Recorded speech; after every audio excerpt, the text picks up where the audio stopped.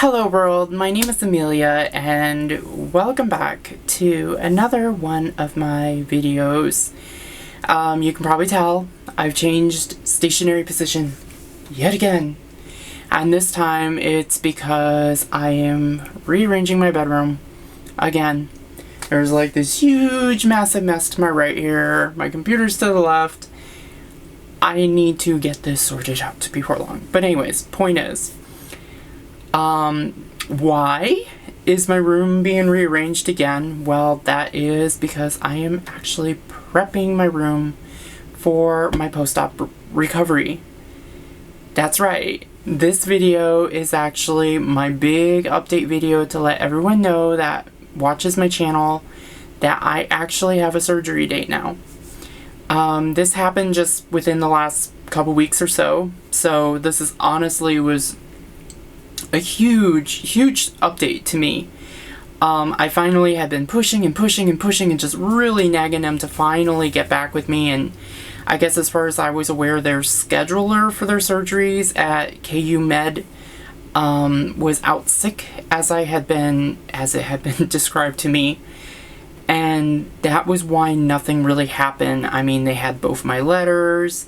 Everything else I had cleared. There was really the only thing that they did not know about yet was if I had cleared their weight requirement. And just all sorts of craziness that was going on with the whole fact of just them not getting back with me. And I finally just kept calling Judy Gay, who's the nurse, coordinator, I think her title is, according to the website. And she had finally gotten in touch with me and said, hey, we're gonna finally have her get in touch with you. I told her to call you tomorrow, blah, blah, blah, blah. And this whole time, I was really upset because a couple of the things that had been told to me is, well, number one, if you don't clear the weight loss goal by the time we do your pre-surgical checkup, we're not even going to schedule surgery. And then all of this other stuff, like, honestly, I was still expecting there to be a lot of red tape for me to work through and a lot of things for me to figure out. That did not happen. Literally the next day, the person who does the scheduling for the surgeries called me up and said, we're ready to schedule you. And I think it's worth mentioning that when, something that I have yet to bring up is that I was told at the time that there was only one slot left for April to get surgery, and April or May was a huge goal for me.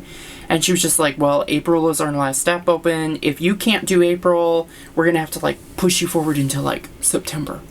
And, of course, I was just like, no, I cannot wait that long. Like, I almost nearly cried on the phone. Like, I can't wait any longer. I'm just to the point of this being done with and me getting into recovery so I can move on with my life. So I honestly was quite surprised when the next day when the scheduler called me and she told me right then and there, she said, we can do April 22nd. That's right. I am, as of recording this video, exactly 1 month away from my surgery. It is March 22nd, well, 21st. I think. I might be off by a couple days given the, length of the month, but it's close enough. We'll just say it's close enough. And I have a month to get ready for this major life-changing surgery. And I can absolutely describe how... Anyways, I'll get to the point. She got on the phone and she just, right off the bat, went straight into telling me, we're scheduling you for the surgery. We're going to go get your pre-cert through your insurance, which actually did make me feel really good because I was worried from the way that Judy Gay had made it sound that I was going to have to wait on them to get the pre-cert, which the pre-cert takes 15 to 20 days to get approved by my insurance. But from the sounds of it, they're not actually going to wait for that. They're going to go ahead and schedule it, and then they're going to wait for insurance, and more than likely my insurance is going to approve my claim. They're going to give me approval to get bottom surgery. I can really honestly say that this is great to hear. I'm really happy about that. So I have a surgery date.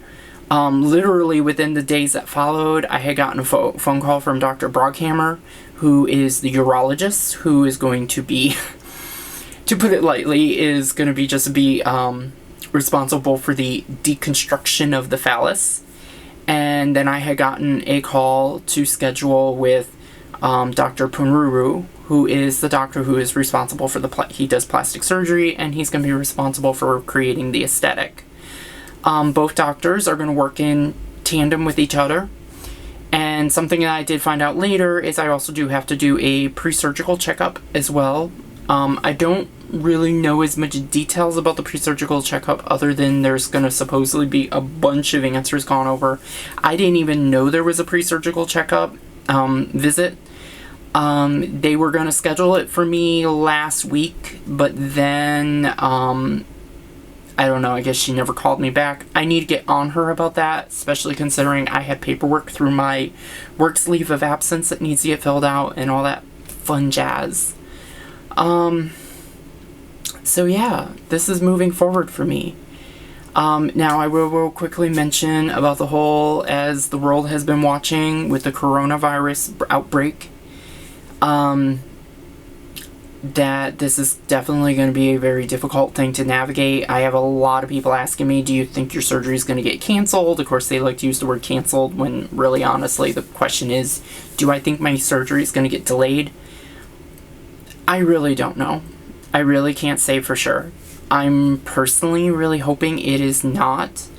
From the sounds of it, it's not going to get delayed because the hospitals are still doing surgeries. They're still treating people as far as I am aware.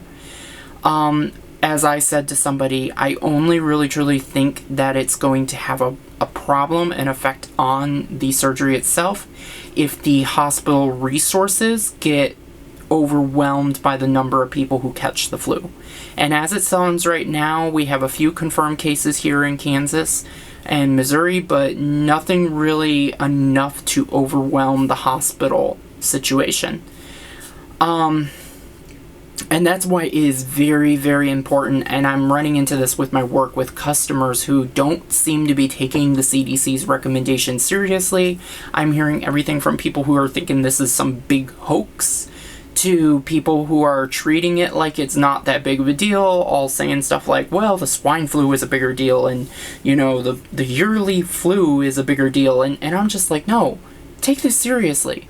If not for yourself, for everybody else. For once, care for the fact that you could very well be extending something that originally we were only thinking it was going to be maybe a couple weeks to months. And that's going to cause a rippling effect throughout not only the economy, but just as a country as a whole. I'm not going to get political about this. Point is, I'm really happy to finally have a surgery date. Obviously, I'm going to be trying to make more follow-up videos. I'm going to be making a video if more news comes out, especially in regards to my surgery possibly getting delayed. The big important things that are going on as far as this room goes is actually focusing on moving things around to try to be as zen as possible. You'll notice I don't know if you can notice actually, the orientation of my room is flipped now. That was where my computer was and the camera was before. Now we're on the other side. And the reason for that flip is because there was a window over here behind my desk, a little closer to the floor, and I wanted to put my bed in front of that window. Originally it was in front of the bigger window, which was higher up, but by putting it back here, it's a little bit of a lower window, so hopefully while I'm recovering and stuck in bed, I can open up that window for some fresh air, because I'm literally going to be going through recovery through the best of this. The mental readiness for this whole thing has been very interesting. I've had some people ask, are you ready for this? And honestly, I don't think I could be any more ready or any less ready. Meaning that I am as ready as I will be. I know that I need this because the effect the mental chaos this is having on my life, the gender dysphoria of what's downstairs is so severe. I mean, today, I was at work. I got off work, and something that really sets me off is to see other women, particularly when they're wearing things like yoga pants. And all I saw was just had to be passing past. It was like I wasn't even thinking about it. And this is a good way to describe gender dysphoria. Just walking right past.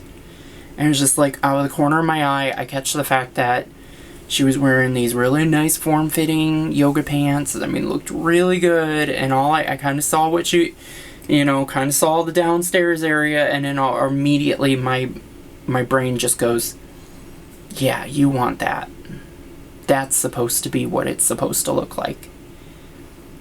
And it's mentally tormenting. I mean, easily for the next 5 minutes after that happened to me, I was just feeling such pain, like internal pain. Just being like, just get it off me. Just get me there. It's amazing how much of this I've been living through my life. That's why I'm, again, glad to be moving on with this. Financially is another topic. I'm going to probably have to do a whole nother video about the financial aspect and what's going on with my work. I know when it comes to my work, I'm supposedly going to be able to get short-term disability. I'm getting a lot of mixed stuff from my supervisors and my managers at my job. Sounds like, for example, they're not going to be very willing to take me back to my job unless I'm 100%. I have 6 weeks of basically at-home bed rest I have to get over with. I will not be able to work during that period. After that, I'll be able to go back to work with restrictions, but it sounds like they're not willing to necessarily work around my restrictions. So, regardless, that should qualify me for more short-term disability. And I think that's fine with me as long as I know about it ahead of time. If I know ahead of time that to expect that I'm only going to get 60% of my paycheck, and this is going to carry on for about 3 months of recovery, that's fine. I'm not going to complain about that. I'm just going to be like, it is what it is. I'll just have to work through other financial avenues to try to make that work. Maybe even using this as an opportunity to kickstart my business that has been kind of left crippled from the past year. So anyways, this video has gone on long enough. There is your date. I got April 22nd. And again, like I said, I'm going to continue to try to make really great follow-up videos. I'm still trying to talk to KU Med about the possibility of getting a little more involved with them personally, maybe hearing from them. I don't know. I'm really hoping they're willing to work with me on this. No real answers about that yet. Bottom line is, I'm excited about this, and I have been talking to people about it, been talking about the prospect, and it definitely sounds like it's something I want. I need. I'm really looking forward to this summer. I'm looking forward to this fall. I really want to go out of town. I really want to go on a trip after I'm ready to be back to 100% and be like, hey, I'm going to Disney World. I'm going to Florida. I've been working on my weight loss. I just the other day hit my requirement. I got under the 210 requirement, and I'm really aiming for 200 by the time my surgery comes. Which is going to be great, and I love how I look in the mirror, and wearing a bikini for the first time is going to be one of my dreams. I'm really, really hoping that's going to look awesome on me. I do want to really quickly, before this gets too long, mention that I did talk to my parents about the whole thing, and they basically have refused to be in any capacity involved. They told me they're not going to visit while I'm in the hospital. They pretty much want to just pretend it's not happening. But that's the truth of it. And I'm not going to comment on that. I just feel it's worth mentioning that I am going into this. I literally have parents that live a stone throw away from my home.